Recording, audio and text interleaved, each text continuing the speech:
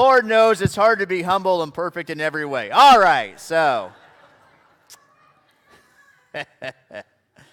Wow.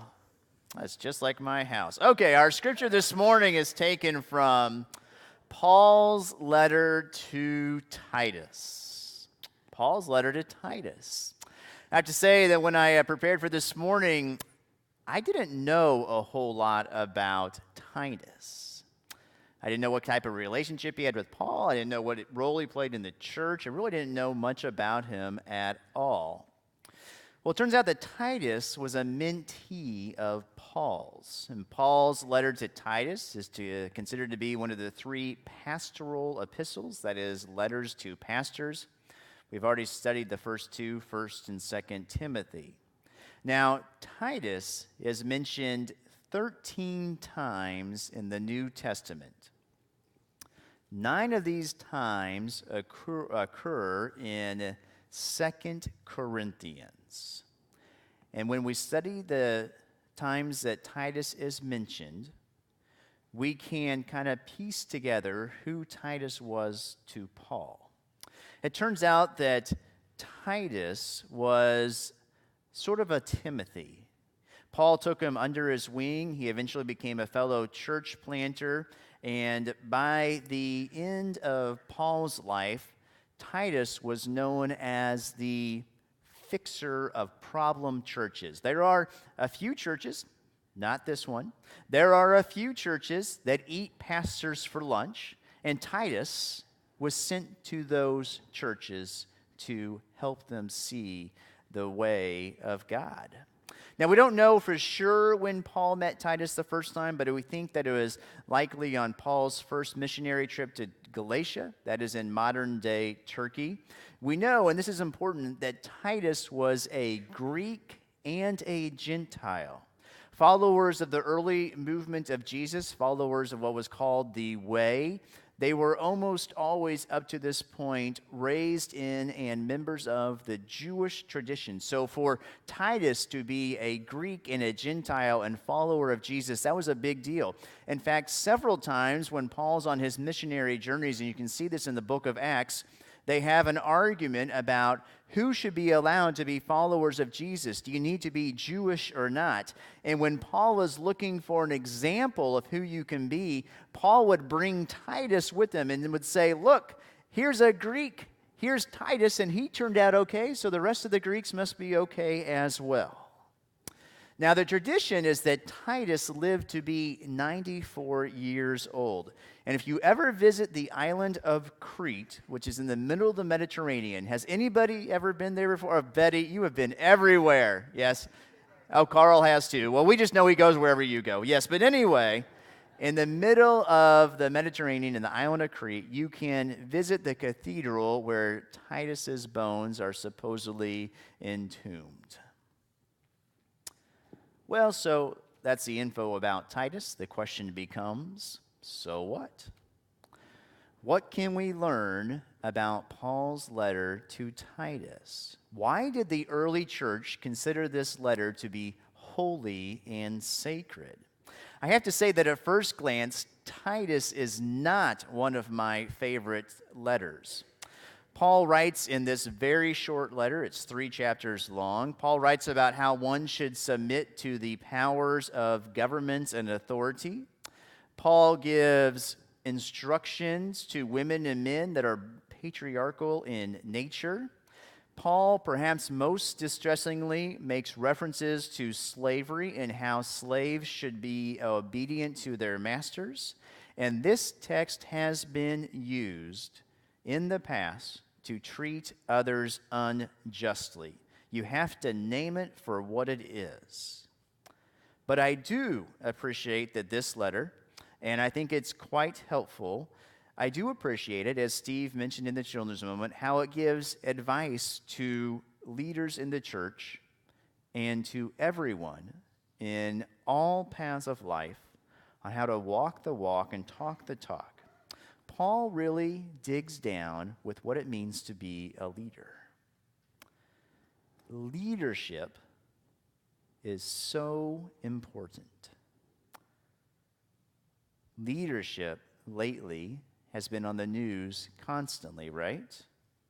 Now, let me share a quick example. Many of you are familiar with Elon Musk, right? You know who I'm talking about? He's a business magnate. He's an engineer. He's the CEO of Tesla and SpaceX. You can go onto the website of his company right now, and for a mere $320,000, you can guarantee that you will be one of the first tourists to fly into space and experience zero gravity for about a minute or so. Is it worth that much to you? I don't know. I'm not going to strap myself to a rocket. But anyway, from the outside, not that I have the money anyway, but from the outside, Elon Musk seems to have this glorious, fabulous life, right? He's in charge of rocket ships, the market. His company is worth billions and billions of dollars. He sends out a tweet, and the market goes up or down based on what he says, public or private. One time, somebody tweeted out to him, "I want to live your amazing life. It looks so glamorous."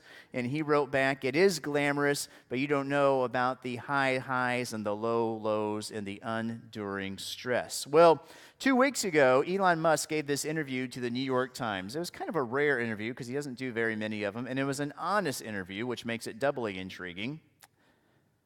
He described this past year of his life as, quote, excruciating. He said that he never sees his kids and that it is not uncommon, even on days like his birthday this past year, to work nonstop for several days at a time. Here's the thing, though. One journalist pointed out that the 47-year-old entrepreneur's bruising hours somehow remain, and I think this is very true, an idealized conception of what executives might be capable of if they just knew how to squeeze every bit of productivity out of their bodies and their time. I think they're exactly right, and I think it's for anybody. It's just not for executives. I think that at some point, this fascination with working really hard, it even becomes sleep even becomes a performance technique, right? What are they? I stopped wearing it, the band. What are those bands called? Fitbit? Because it told me how little sleep I got and how unrestful it was. So I put that thing back on the dresser. But anyway, your Fitbit, everything, it becomes performance-based. Now, there's irony here because on the one hand, there's a lot of talk these days about self-image and self-care and taking care of yourself and getting all the rest you need and be sure to block out, chunks of time to get away from whatever it is that's stressing you out. But I guarantee you that if you ask most people how they are doing after they say good or what, well, they very rarely say bad, even if it is going bad. But anyway, after that, they'll say to you, things are just so busy. And most people, try this out this week, they will subconsciously boast to you about how many hours they have spent working this week. And if they haven't put in enough hours working, they almost feel guilty about it. Now, hold on to all of that and think about this weekend, right? Labor Day weekend. The final weekend to go to the pool, right? I'm trying to convince the kids to go to the pool this afternoon. Annabelle, the 9-year-old, says she is all done with that. That season is over, but the babies and I are going. Anyway, Labor Day is meant to be a time to offer respect for those who grow and harvest our food. It's a time to offer respect for those who teach and care for our children. It's a time to offer respect for those who mend and care for our bodies and our spirits of the sick and the distraught. It's a time to honor and respect those who protect and secure our freedoms, to honor and respect those who inspire our minds, motivate our actions. It's also a time to honor and respect and to give reverence to God. That's one of the reasons we sang that great hymn today, How Great Thou Art. We give thanks and respect to God for the work that was made to create this earth, this world. We remember the words of that hymn, O Lord my God, when I in awesome wonder consider all the hands that thy hands have made, all the worlds thy hands have made. I hear the star, I see the stars, I hear the rolling thunder, thy power throughout. All of that takes work. And there is goodness to work, right? There is, whether it's done by heaven or humans, a goodness to success and to rest that comes at the end of a day. Rest at the end of a project, or rest at the end of the first week of school. But somewhere along the way, I think maybe we've lost what it means to take rest in the glory of God. And this is what Paul digs in on his letter to Titus. The letter to Titus is really a letter about how to mature as Christians. Now, I have no idea whether Elon Musk is a follower of Jesus or the Christian faith, and it doesn't matter for the purpose of this sermon. Here's what I do know, though, and what matters. Paul wants us to address in our own lives as leaders. And we are, by the way, all of us are leaders. The traditional leadership definition meant that you are in charge of having authority over others. But I think it's shifted. I think we're all leaders in our own lives, because a leader means that you have an influence over somebody else. We're all leaders, and we all have choices about what we live and what we do, how we love. And if there's one big takeaway from Paul to Titus, I think it's this. And Paul says it over and over and over. Effective leadership. Remember, that's for every one of us in here from all ages. Effective leadership requires being emotionally healthy. If you're not emotionally healthy, and I could speak to myself here as well, right? If you're not emotionally healthy, you'll crash and burn. You'll do it. You can only go for so long. So what I want to ask this morning for us to think about, based on Paul's letter to Titus, is how do you get emotionally healthy? I want to give you 3 questions that you can ask yourself at the end of every week. And if you're really brave, questions you can ask with 2 or 3 others who you really trust. But 3 questions. Number 1, at the end of every week, what if you asked yourself, and it doesn't take very long to do this, what if you asked yourself, how is my relationship with God and with Jesus? How is my relationship with God and with Jesus? Think over the past week and ask yourself, what am I doing to fill my cup? How am I remaining connected to the source of life? And if you can't answer those questions, then the warning flags should pop up. Because if you're not filling your cup and being refilled by whatever it is, by God that connects you to life, you will burn out.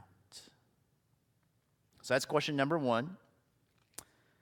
Question number 2, how is your marriage, your relationship, or your singleness? I can tell you that I know I am a better pastor when I'm a better husband and a better father. Every job I have, every job you have, every job we all have, whether it's paid or volunteer, even if you are the President of the United States, can be replaced by someone else, right? But no other person can replace who you are. No other person can replace me well, I guess you could get a second husband, sorry, but no other person, right, hopefully, could replace me as husband or father. And my identity is not based on my work or my success, but on my relationship to God and to my family. If you're single, if you're not in a relationship, your identity is based upon who you want to be, who you are, and not what others think of you or project onto you. And then question number 3, and this is so important, who can you turn to for support? When life gets tough. You need someone to lean on. You need someone to talk to. You need someone who can be there for you. If you don't have that person in your life, let me be that person for you as a pastor. Let me help you connect with others. You know, it's interesting, in my Sunday school class this morning, we're working our way through a new DVD series called Free Market Jesus. It's by Donald Miller, who is the author of the book. It's a really good book, Blue Like Jazz. It's an old book, but it's a good book. I know some of you have read it. But anyway, in the start of this lesson, he kind of works through the big major shifts in Christendom. And so he talks about, you know, the Catholic Church and the kings and faith and Luther and all this other stuff, Enlightenment. And then he said something, and we talked about this morning, and I found it really intriguing. You know, first you had the Enlightenment, that's probably the late 1800s, early 1900s, and then you shift eventually into the 40s and the 50s of the 20th century, and you get the Industrial Revolution. And he talks about how in the Industrial Revolution, always before that, families spent a lot of time together in the house because the father would work with the wife in a very, as Donald Miller described it, equal relationship in order that the business or the farm or whatever it is keeps on going. And then you would have your children who would apprentice with you, so you had this day-to-day contact. And then when you shift into the industrial side of things, when the husband or the man, and it could be the woman too, but when someone goes and works in the factory, they're no longer at home as often, and those relationships start to break down. Do you know that at the start of the Industrial Revolution, and then for however long it continued, the average life expectancy of the male of the household decreased by 10 years? Now, I didn't know that before, but the reason that he argues that is because their understanding of who they are shifted from being with a family, with a core network, with individuals who support them and labor with them and stand side by side and where you share love and experience, to going someplace else where you're separated. Now, he didn't say what the future of that holds for the church. I mean, there's 60 minutes left in the lesson, so we'll update you, I guess. But think about it in relationship of what Paul says to Titus and to us today. You have to have a support network. You have to be able to fill your cup. You have to be able to be comfortable with the image of who you are, because nobody can replace who you are. When Paul wrote that letter to Titus, he wanted Titus and the congregation where he was going to experience real change and real transformation. Aaron, if you can pull up just this one line, it's just from the second chapter, the 12th verse, just this little short line here. Paul says to Titus, we are being shown how to turn our backs on a godless, indulgent life. So that would be excess, riches, whatever it is that causes you to think something could always be better.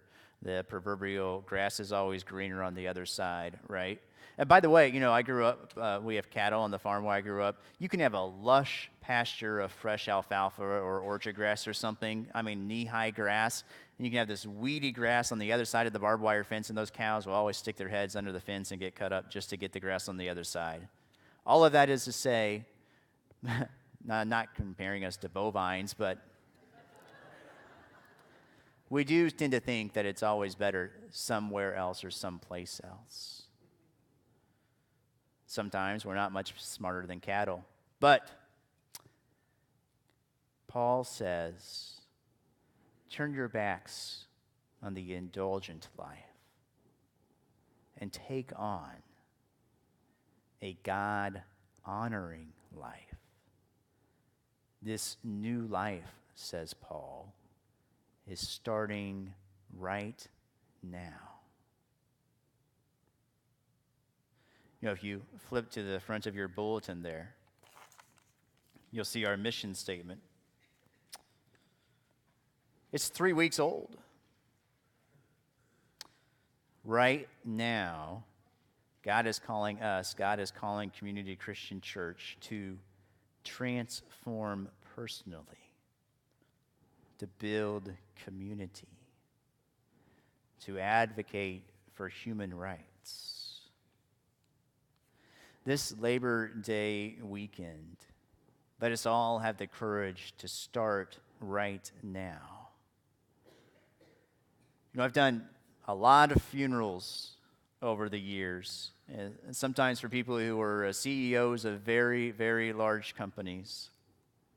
Not once in that honor and privilege of talking with someone about their life as it nears its end, or with the children or the spouse or whoever it may be of a loved one, not once has anyone ever said to me, I am so glad I made all of that money and worked all of those hours.